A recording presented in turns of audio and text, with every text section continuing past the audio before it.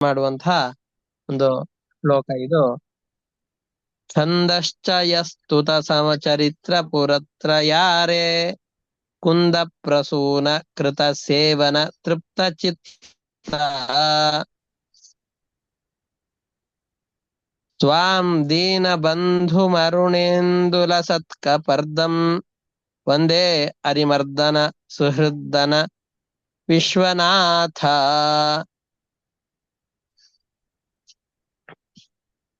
ಛಂದಶ್ಚಯ ಸ್ತುತ ಚರಿತ್ರ. ಛಂದಶ್ಚಯ ಅಂತಂದ್ ಹೇಳಿದ್ರೆ ಅನೇಕ ವೇದ ವಾಕ್ಯಗಳು ಅಂತ ಅರ್ಥ. ಛಂದಸ್ಸುಗಳ ಸಮುದಾಯ. ಛಂದಸ್ಸು ಅಂದ್ರೆ ವೇದಗಳು. ವೇದಗಳ ಸಮುದಾಯದಿಂದ ಅಂದ್ರೆ ಅನೇಕ ಮಂತ್ರಗಳಿಂದ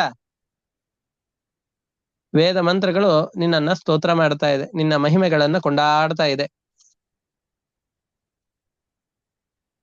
ರುದ್ರ ಅಂತ ಕರಿತೇವೆ, ರುದ್ರ ಪ್ರಶ್ನ, ಚಮಕ ಪ್ರಶ್ನ. ಅದೇ ರೀತಿಯಾಗಿ ವೇದ ಮಂತ್ರದಲ್ಲಿ ಬರುವಂತಹ ಅನೇಕ ವಾಕ್ಯಗಳು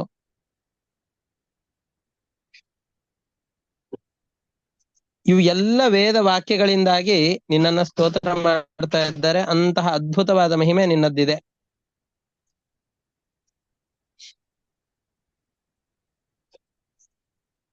ಪುರತ್ರಯಾರೆ. ಪುರತ್ರಯಾರಿ ಅಂತಂದ್ ಹೇಳಿದ್ರೆ ಪುರತ್ರಯ ಅಂತಂದ್ರೆ ತ್ರಿಪುರ ಅಂತ ಅರ್ಥ. 3 ಊರುಗಳು ಅಂತ. ತ್ರಿಪುರಾಸುರ ಸಂಹಾರಿ ಅಂತ ಕರೀತಾರಲ್ಲ, ತ್ರಿಪುರ ಎಂಬ ದೈತ್ಯನನ್ನು ಕೊಂದವನು ಅಂತ. ಅದನ್ನ ತುಂಬಾ ಮಾರ್ಮಿಕವಾಗಿ ತುಂಬಾ ಚೆನ್ನಾಗಿ ಇದನ್ನ ಹೇಳ್ತಾರೆ. ಪುರತ್ರಯ ಅಂತ ಹೇಳಿದ್ರು. ತ್ರಿಪುರ ಅನ್ನೋದನ್ನ 3 ಊರುಗಳು. ಪುರತ್ರಯ ಅನ್ನೋದನ್ನ ತ್ರಿಪುರ ಅನ್ನೋ ಶಬ್ದದಿಂದ ಏನ್ ಹೇಳಬೇಕು ಆ ಅರ್ಥವನ್ನ ಪುರತ್ರಯ ಅನ್ನೋ ಶಬ್ದದಿಂದ ಅದನ್ನ ಹೇಳ್ತಾ ಇದ್ದಾರೆ. ಪುರತ್ರಯಸ್ಯ ಅರೇ. ತ್ರಿಪುರಾಸುರ ಸಂಹಾರಿಯಾದವನೇ. ಕುಂದ ಪ್ರಸೂನ ಕೃತ ಸೇವನ ತೃಪ್ತ ಚಿತ್ತ. ಕುಂದ ಪುಷ್ಪಗಳು ಅಂತಿವೆ. ಭಕ್ತರು ರುದ್ರದೇವರಿಗೆ ಒಂದು 4 ಹೂಗಳನ್ನ ಹಾಕಿ ಚೆನ್ನಾಗಿ ಭಕ್ತಿಯಿಂದ ಕೂಡಿಕೊಂಡು ಸ್ತೋತ್ರ ಮಾಡಿದರೆ ಸಾಕು. ಅದರಿಂದ ತೃಪ್ತನಾಗಿ ಭಕ್ತರಿಗೆ ಅನುಗ್ರಹವನ್ನು ಮಾಡುವಂತಹ ವ್ಯಕ್ತಿತ್ವ ಉಳ್ಳವನು. ಗುರುಗಳೇ, ಕುಂದ ಕುಂದ ಪ್ರಸೂನ. ಕುಂದ ಅಂತಾನೆ ಒಂದು ಹೂ. ಅದರದ್ದು ಫೋಟೋ ಕಳಿಸ್ತೀನಿ ನಾನು ಇದರಲ್ಲಿ. ಅದರದ್ದು ನನಗೆ ಹೆಸರು ಸ್ಪಷ್ಟವಾಗಿ ಗೊತ್ತಾಗೋದಿಲ್ಲ. ನಿಮಗೆ ಫಸ್ಟ್ ಟೈಮ್ ಕೇಳಿದ್ದು ಹೆಸರು. ಹಾ, ಕುಂದ ಪುಷ್ಪ ಅಂತ ಕರೀತಾರೆ. ಯಾವುದು? ಅಥವಾ ಸಂಪಿಗೆ ಹೂವಿಗೆ ಇನ್ನೊಂದು ಹೆಸರು. ಸಂಪಿಗೆ ಹೂವು ಅಷ್ಟೇ ಅಲ್ಲ, ಇನ್ ನಾನಾ ವಿಧವಾದ ಪುಷ್ಪಗಳು ಅನ್ನೋ ಅರ್ಥವೂ ಇದೆ. ಬರೀ ಪುಷ್ಪಗಳನ್ನ ಹಾಕಿ ರುದ್ರದೇವರನ್ನ ಭಕ್ತಿಯಿಂದ ನಮಸ್ಕಾರ ಮಾಡಿದೆವು ಅಂತಾದರೆ ಇಷ್ಟು ನನ್ನ ಪೂಜೆಯನ್ನು ಮಾಡ್ತಾ ಇದ್ದಾನೆ ಅಂತ ತೃಪ್ತಗೊಳ್ಳುವ ಮನಸ್ಸುಳ್ಳವರು ರುದ್ರದೇವರು. ಕುಂದ ಪ್ರಸೂನ ಕೃತ ಸೇವನ ತೃಪ್ತ ಚಿತ್ತ. ಕುಂದ ಪ್ರಸೂನ ಅಂತಂದ್ರೆ ನಾನಾ ವಿಧವಾದಂತಹ ಪುಷ್ಪಗಳು, ಅವುಗಳ ಆರಾಧನೆಯಿಂದ ಅವುಗಳಿಂದಾಗಿ ಪರಮಾತ್ಮ ರುದ್ರದೇವರನ್ನ ಅರ್ಚಿಸಿದಾಗ ಅದರನ್ನ ಸೇವಿಸಿಯೇನೆ ಮನಸ್ಸಿನ ಸಂತೃಪ್ತಿಯನ್ನ ಪಡಿತಾನೆ. ನಮಗೆ ಎಷ್ಟು ಹಾಕಿದ್ರೂ ಕೂಡ ನಮಗೆ ಸಮಾಧಾನ ಇರೋದಿಲ್ಲ. ಭಕ್ತಿಯಿಂದ ಹಾಕಿದ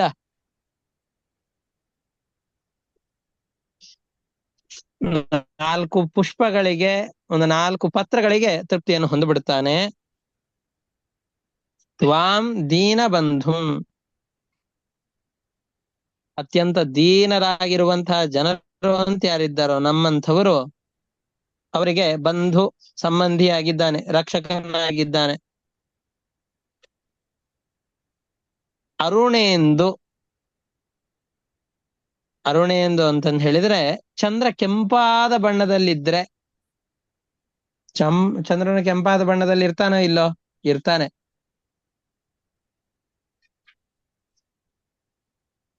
ಸ್ವಲ್ಪ ನಸುಗೆಂಪಿನ ಬಣ್ಣದಲ್ಲಿರುವಂತಹ ಚಂದ್ರನಂತೆ ಕಾಂತಿಯುಳ್ಳಂತಹ ಜಟೆಯನ್ನ ಧರಿಸಿದ್ದಾನೆ.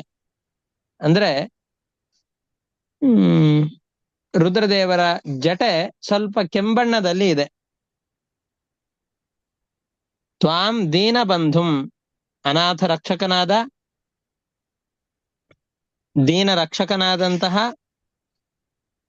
ಅರುಣೇಂದು ಲಸತ್ ಕಪರ್ದಂ, ನಸುಗೆಂಪಿನ ಬಣ್ಣದ ಚಂದ್ರನ ಹಾಗೆ. ಇಂದು ಅಂತ ಕೊಟ್ಟಿದ್ದಾರೆ. ಇಂದು ಅಂತಂದ್ರೆ ಚಂದ್ರ. ದೀನ ಬಂಧುಂ, ದೀನರಿಗೆ ಬಂಧುವಾದಂತಹ, ಅರುಣೇಂದು ನಸುಗೆಂಪಿನ ಬಣ್ಣದಲ್ಲಿರುವಂತಹ ಇಂದುವಿನಂತೆ, ಚಂದ್ರನಂತೆ, ಲಸತ್ ಕಪರ್ದಂ ಅತ್ಯಂತ ಪ್ರಕಾಶಮಾನವಾಗಿ ಹೊಳೆಯುವಂತಹ ಜಟೆಯುಳ್ಳ, ಅರಿಮರ್ದನ ಶತ್ರುಗಳ ಸಂಹಾರಕನಾದ,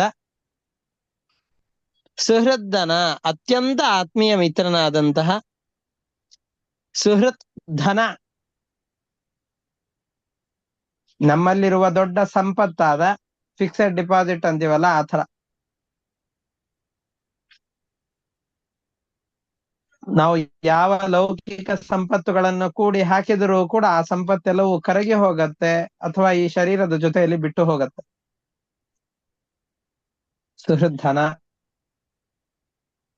ಸಂಪತ್ತಿನ ಗಣಿ, ನಮ್ಮ ಆತ್ಮೀಯವಾದ ಸಂಪತ್ತಾದಂತಹ ವಿಶ್ವನಾಥ, ಮೂರ್ಲೋಕಗಳಿಗೆ ಒಡೆಯನಾದಂಥವನು, ಪರಮಾತ್ಮನ ಮೊಮ್ಮಗ, ಬ್ರಹ್ಮನ ಮಗನಾದಂತಹ ವಿಶ್ವನಾಥನೇ, ನಿನ್ನನ್ನ ನಾನು ನಮಸ್ಕಾರ ಮಾಡ್ತೇನೆ. ಎಷ್ಟು ಅದ್ಭುತವಾಗಿದೆ. ಛಂದಶ್ಚಯ ಸ್ತುತ ಚರಿತ್ರ, ಎಲ್ಲ ಛಂದೋ ಮಂತ್ರಗಳಿಂದಾಗಿ ಸ್ತುತನಾದಂತಹ ಚಾರಿತ್ರ್ಯ ಉಳ್ಳವನು,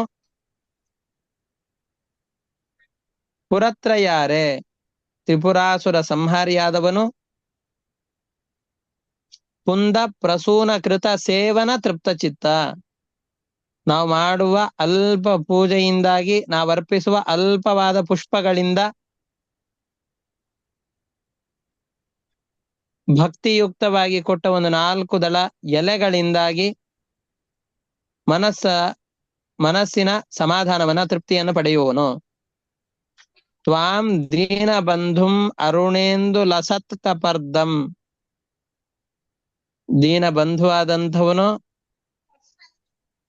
ನಸುಗೆಂಪಾದ ಬಣ್ಣದಲ್ಲಿರುವ ಚಂದ್ರನಂತೆ ಕೆಂಪಾದ ಜಟೆಯುಳ್ಳವನು,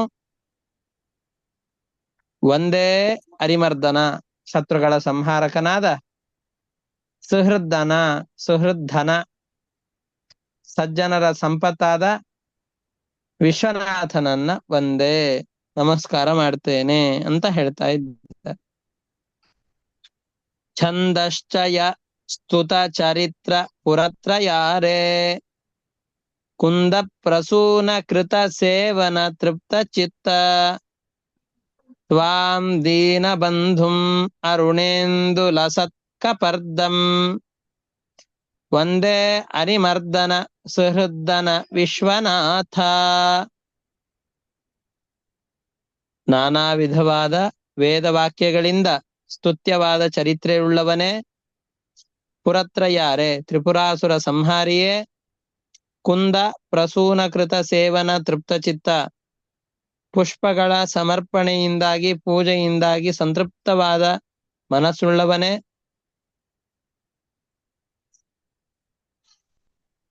ತ್ವಾಂ ದೀನಬಂಧುಂ ಅನಾಥ ರಕ್ಷಕನಾದವನೇ, ಅರುಣೇಂದು ಲಸತ್ಕಪರ್ದಂ ನಸುಗೆಂಪಾದ ಚಂದ್ರನಂತೆ ಕಾಂತಿಯುಳ್ಳ ಜಟೆಯುಳ್ಳವನೇ, ಕೆಂಪಾದ ಬಣ್ಣದ ಕೂದಲುಳ್ಳವನೇ, ನಿನ್ನನ್ನ ಒಂದೇ. ಎಂಥವು ನೀನು? ಅರಿಮರ್ದನ ಶತ್ರು ಸಂಹಾರಕನಾಗಿದ್ದಿ, ಸುಹೃತ್ ಧನ ಸಜ್ಜನರಿಗೆ ದೊಡ್ಡ ಸಂಪತ್ತಿನಂತಿದ್ದಿ, ಅಂತಹ ಜಗತ್ತಿಗೆ ಒಡೆಯನಾದಂತಹ ವಿಶ್ವನಾಥನೇ ನಿನಗೆ ಒಂದೇ ನಮಸ್ಕಾರ ಮಾಡ್ತೇನೆ ಅಂತ ಹೇಳ್ತಾ ಇದ್ದಾರೆ. ಇದು ಈ ಶ್ಲೋಕದ ಭಾವಾರ್ಥ. ಇದರಲ್ಲಿ ಏನಾದ್ರೂ ಸಂಶಯಗಳಿತ್ತು ಅಂದ್ರೆ ಕೇಳಬಹುದು. ಹರೇ ನಮಃ ಶ್ರೀಕೃಷ್ಣ. ಸರ್, ತ್ವಾಂ ಅಂದ್ರೆ ನೀನು ಅಥವಾ ನಿನ್ನನ್ನು? ಹ್ಮ್ ತ್ವಾಂ ಅಂತಂದ್ರೆ ನಿನ್ನನ್ನು.